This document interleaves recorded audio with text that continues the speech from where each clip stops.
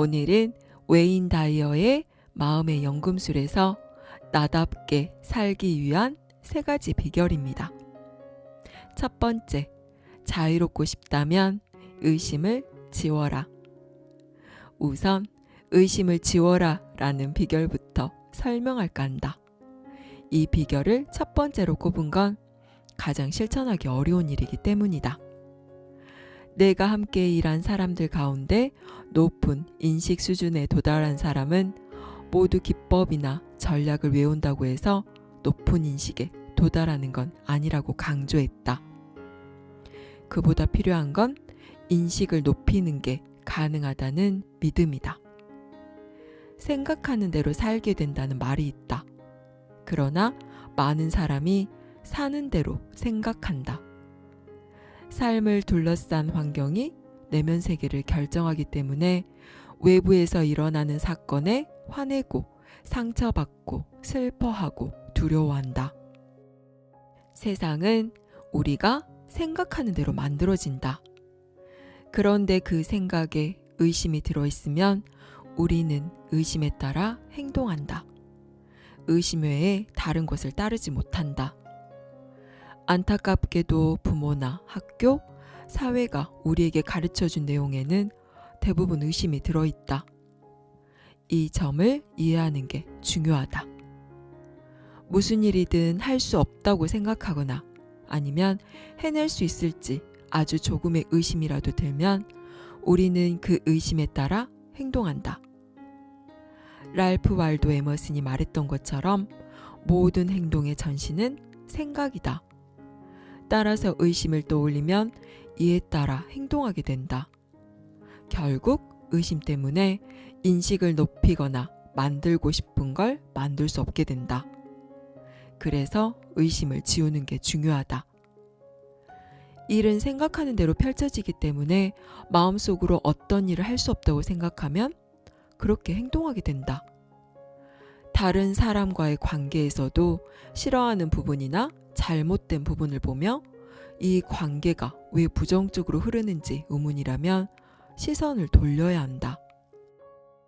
어떤 점이 좋은지, 어떤 점이 멋진지 생각한 뒤 관계가 펼쳐지는 모습을 확인하라. 의심을 지우려면 마주하는 모든 사람과 사물 속에서 드러나지 않은 신성한 모습을 보라. 그것이 전부다. 무슨 말인지 이해하기 어렵다면 스스로 이렇게 말해보라. 굳이 이해할 필요는 없어. 사람들에 관한 내 판단이야말로 정말 의심스럽다고 생각하기만 하면 돼. 의심을 지우면 우리를 다른 방향으로 이끄는 에너지를 쉽게 느낄 수 있다. 그리고 가야 할 길에서 우리를 밀어내려는 그 무엇도 우리에게 영향을 미칠 수 없음을 알게 된다. 이 사람이 왜 저러는 거지? 내 인생에 이 약물이 왜 또 나타난 거야? 여기서 왜 이런 유혹이 생겼지? 라는 생각 대신에 시험에 들었다는 걸 안다. 그래서 사랑으로 대응하기로 마음먹고 그렇게 행동해서 새로운 인식을 얻는다. 무엇을 해야 할지 항상 알고 내용을 이해하며 그래, 남들이 알려준 의심보다 내가 새로 알게 된 바에 따라 행동할 거야 라고 되뇌는 일은 때로 힘이 든다. 신체적인 모든 건 유한하지만 신체를 넘어서는 건 전부 무한하다. 알은 무한하기 때문에 우리에게 전해진 것이다. 지금 다른 몸을 가지고 있다고 해도 알은 영원하기 때문에 여전히 우리 안에 존재한다. 의심을 지우는 가장 기본적인 방법은 믿음을 알므로 바꾸는 것이다. 이제 우리는 높은 자아에 대해 아는 것이 아니라 높은 자아를 알고 있다. 우리는 높은 자아와 직접 관계를 맺고 항상 함께 할 수 있다. 신은 공기처럼 보이지 않는 존재다. 우리는 신을 만지거나 볼 수 없지만 어디서나 경이로운 신의 작품과 의도를 엿볼 수 있기에 신이 존재한다는 걸 안다. 우리는 신이 그곳에 있다는 걸 안다. 이 암과 믿음은 밀접히 연관되어 있다. 믿음은 알미다. 다른 사람이 우리에게 알려준 게 아니며 숭배하거나 행하라고 말한 것도 아니다. 따라서 내겐 증거가 필요해가 아니라 믿음을 갖기로 마음을 바꾸면 우리는 신뢰 단계를 벗어나 알매 단계로 이동한다. 믿음은 내면에서 내리는 결정이라는 점을 반드시 이해해야 한다. 우리의 결정이 알미 될 때 신성한 지성의 형태로 만물에 흐르는 성스러운 에너지를 느낄 수 있다. 그러고 나면 믿음은 항상 우리 안에 존재하는 에너지가 된다. 인식을 높이는 두 번째 비결은 마음의 관찰자가 되는 것이다. 일단 의심을 지우는 법을 배우면 관찰자가 될 수 있다. 의심을 지우는 법을 배우기 전에는 할 수 없는 일이다. 시인 칼릴 지브라느 이 말을 나는 참 좋아한다. 사실 삶을 사는 건 삶이다. 당신이 삶을 사는 사람이라고 생각하겠지만 당신은 그저 삶의 관찰자일 뿐이다. 관찰자는 육체의 세계에 있지 않지만 우리의 몸을 관찰한다. 관찰자가 되려면 자기 안에서 빠져나와 내 삶에 어떤 일이 일어나고 있는지 제3자의 시각으로 봐야 한다. 정신적 인식을 높이고 이를 통해 성취감, 목적, 자유로 가득한 인생을 만들고 싶다면 아무리 힘들어도 반드시 자신과 결과를 분리해야 한다. 스스로 삶에서 발생하는 모든 일을 관찰하는 사람으로 여겨라. 관찰자가 되라는 뜻이다. 내 안의 마음과 모든 생각에 주의를 기울여라. 오늘 일어나는 일과 과거에 있었던 일에 전부 주목한다. 세상에서 일어나고 있는 일에 관심을 기울인다.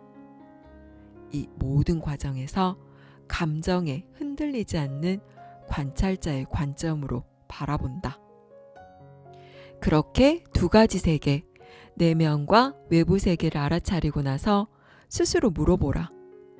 보이는 일 뒤에서 보고 있는 사람은 누구일까?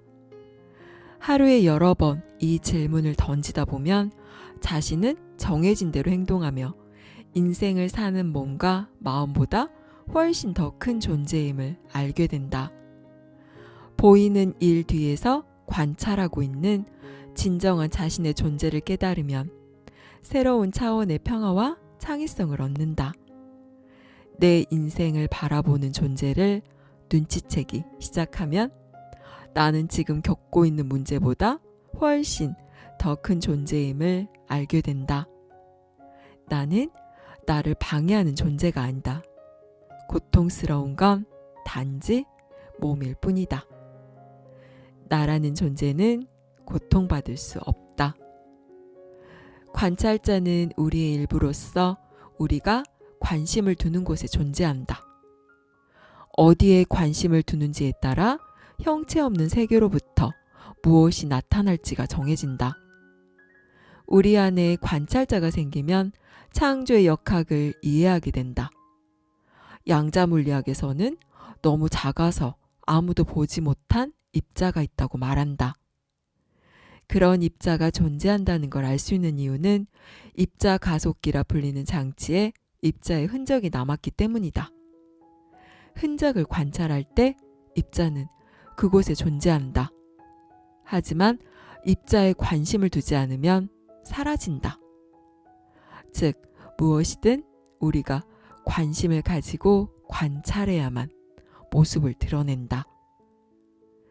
입자가 보이지 않는 파동의 상태에서 물리적 세계의 입자 상태로 움직이는 걸 관찰하면 그것이 모두 에너지임을 알 수 있다. 예전의 사람들은 원자와 전자, 중성자와 양자로 이루어진 물리적 세계가 있고 그와 별개로 분리된 정신 세계가 있다고 생각했다. 그래서 물리적 세계에서 정신 세계로 이동하려면 맹신해야 했다. 두 둘은 완전히 다른 세계로 보였기 때문이다. 예전에 우리는 신에게 기도해야 한다고 생각했다. 외부에 존재하는 신이 특정 시기에 특정인에게만 나타난다고 생각했기 때문이다. 그러나 이제는 형이상학자들이 수백 년 동안 말해온 진실을 알게 되었다. 신은 우리 각자의 마음속에 있다. 양자물리학은 우리가 현실이라고 생각하는 것이 에너지에 불과하며 그 에너지는 모든 장소, 모든 사물 속에 항상 있다는 걸 보여주었다. 위대한 사상가들은 모두 똑같은 질문을 한다. 그들은 인생이 무엇인지 확인하려 하는 대신 인생을 바라보는 방법을 배우고자 한다. 의심을 지우고 관찰자가 될 때, 믿거나 말거나 더 없는 기쁨이 존재하는 곳, 높은 인식이 존재하는 곳에 설 수 있다. 자신의 인생을 바라보는 건 아름다운 경험이다. 앞서 우리는 자신의 몸을 바라보는 방법을 배웠다. 우리는 겉모습만으로 이루어진 존재가 아니지만 여전히 몸과 더불어 살아야 한다. 그래서 몸에 향수를 뿌리고 치장하고 보험에 가입하고 질병 등 몸과 관련된 문제를 해결하려 한다. 하지만 동시에 이 모든 일의 뒤에 누군가가 있다는 것도 안다. 우리 안에 보이지 않는 어떤 존재가 이렇게 말한다. 그냥 혼자 말한 거였어. 하지만 이제는 두 사람이 있다. 당신이 말한 내용이 무엇이든 그 말을 듣는 나와 자신, 두 사람이 있다. 가령 팔을 다쳤어 라고 말할 때 당신은 팔일까? 아니면 상처를 경험하고 있는 존재일까? 예를 들어 내가 손가락을 꿈틀꿈틀 움직여야지 라고 말하고 손가락을 움직이면 당신은 별일 아니라고 생각할 것이다. 하지만 손가락을 꿈틀꿈틀 움직이는 주의 본부가 어디인지 당신에게 묻는다면 어떨까? 아마 당신은 이렇게 대답할 것이다. 사람의 뇌를 들여다보면 손가락을 움직이는 시냅스와 뉴런을 볼 수 있어요. 그렇지만 당신은 내 손가락을 꿈틀꿈틀 움직일 책임을 지닌 사람이 있는 지휘센터 같은 건 절대 찾을 수 없을 것이다. 따라서 자신의 몸을 관찰할 수는 있지만 몸이 하는 일에 대해 둘러앉아 걱정하진 않는다. 당신이 지금 심장을 뛰게 하려고 바쁘게 애쓰는 중인 건 아니다. 폐에 공기를 넣었다 빼는 것도 아니다. 마음에도 이와 똑같은 태도를 취할 수 있다. 마음속에서 생각이 나타났다 사라지는 모습을 몸이 관찰하듯이 관찰하는 것이다. 이것을 이해하면 사람은 생각으로 이루어져 있음을 깨닫는다. 사람들은 몸과 마음을 양분해서 생각하지만 사실 그렇지 않다. 몸과 마음은 같다. 양분해야 할 것은 몸, 마음과 영혼이다. 영혼은 정신, 높은 인식, 관찰자를 말한다. 인식을 높이는 세 번째 비결은 내면의 대화를 차단하는 것이다. 다시 말하지만 인식을 높이기 위해서는 다음과 같은 패턴을 따라야 한다. 먼저 의심을 지우는 법을 배운다. 의심이 사라지기 시작하면 관찰자의 시선이 생긴다. 의심이 깨끗이 사라졌을 때만 관찰자가 될 수 있다. 그리고 관찰자가 되는 가장 좋은 방법은 침묵을 지키는 것임을 알게 된다. 내면의 대화를 차단하면서 침묵을 지키는 법을 배워야 한다. 내면의 대화는 의견을 쌓아놓은 것 이상도 이하도 아니다. 그 의견들은 지금까지 살면서 여러 사람이 들려준 이야기인데 그 안은 의심으로 가득하다. 목적의식을 느끼지 못하거나 높은 자아를 알지 못하는 건 이런 이야기를 계속 반복하기 때문이다. 에고가 작동하는 것이다. 더 높은 곳에 이르려면 항상 우리와 함께하는 신 혹은 사랑스러운 존재를 알아야 한다. 계속 내면의 대화가 말하는 대로 움직이면 그렇게 할 수 없다. 자신의 생각을 그저 관찰하고 비판하지 마라. 관찰자가 되는 법을 배우고 나면 이 일이 훨씬 쉬워진다. 아무것도 우리에게 접근하지 못하기 때문이다. 정말이다. 조용하고 텅 빈, 보이지 않는 그 장소에 다다르면 호랑이를 가둔 창살 사이의 공간이 무엇인지 알게 된다. 음악을 만드는 음표 사이의 침묵이다. 우리에게는 침묵이 필요하다. 가능한 침묵의 시간을 많이 가져라. 여기까지 웨인 다이어의 마음의 연금술이었습니다. 오늘은 웨인 다이어의 마음의 연금술에서 나답게 살기 위한 3가지 비결을 소개해 드렸는데요. 타인의 시선으로부터 자유로워지고 사회가 정해준 규칙에서 벗어나서 나답게 살기 위해서는 첫 번째로 의심을 지우라고 합니다. 여기에서 의심을 지우라는 말은 삶에 대한 온전한 신뢰를 의미하는데요. 그러기 위해서는 어릴 때부터 타인과 사회로부터 주입된 관념에서 벗어나야 합니다.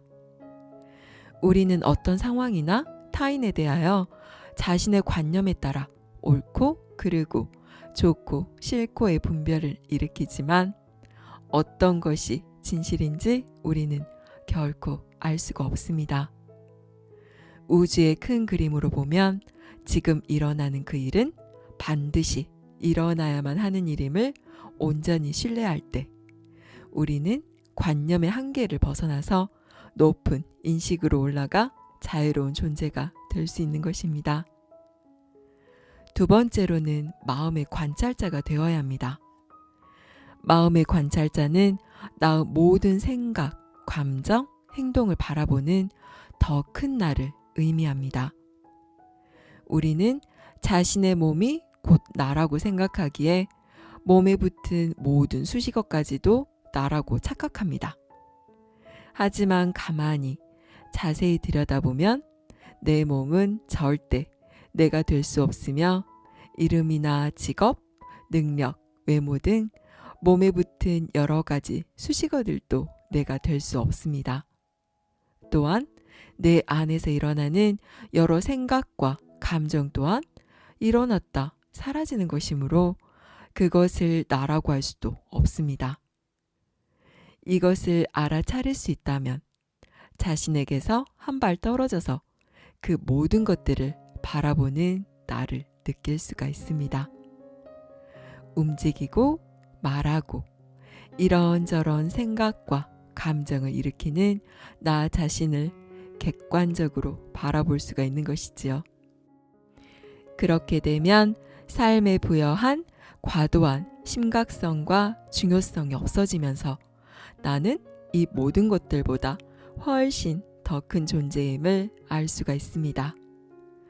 그러면 삶이 어떻게 될까요? 훨씬 가벼워지고 경쾌해진 현실 속에 있게 됩니다. 나답게 살기 위한 3번째 비결로는 내면의 소음을 끄고 마음을 비우는 것이 있는데요.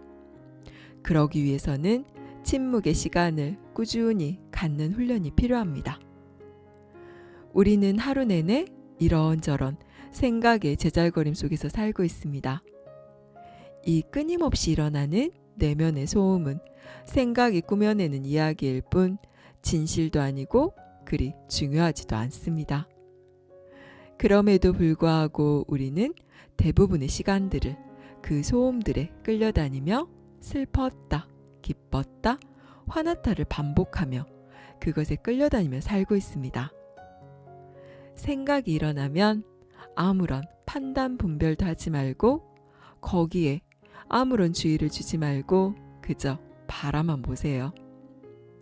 개울가에 흘러가는 냇물을 무심히 바라보듯 생각을 붙잡지도 말고 따라가지도 말고 그저 관찰만 해보세요. 그렇게 생각을 무심히 바라보다 보면 생각이 끊어진 침묵의 그 텅 빈 공간 속에서 아무런 한계 없는 무한한 나 자신을 느낄 수가 있습니다. 감사합니다. 사랑합니다.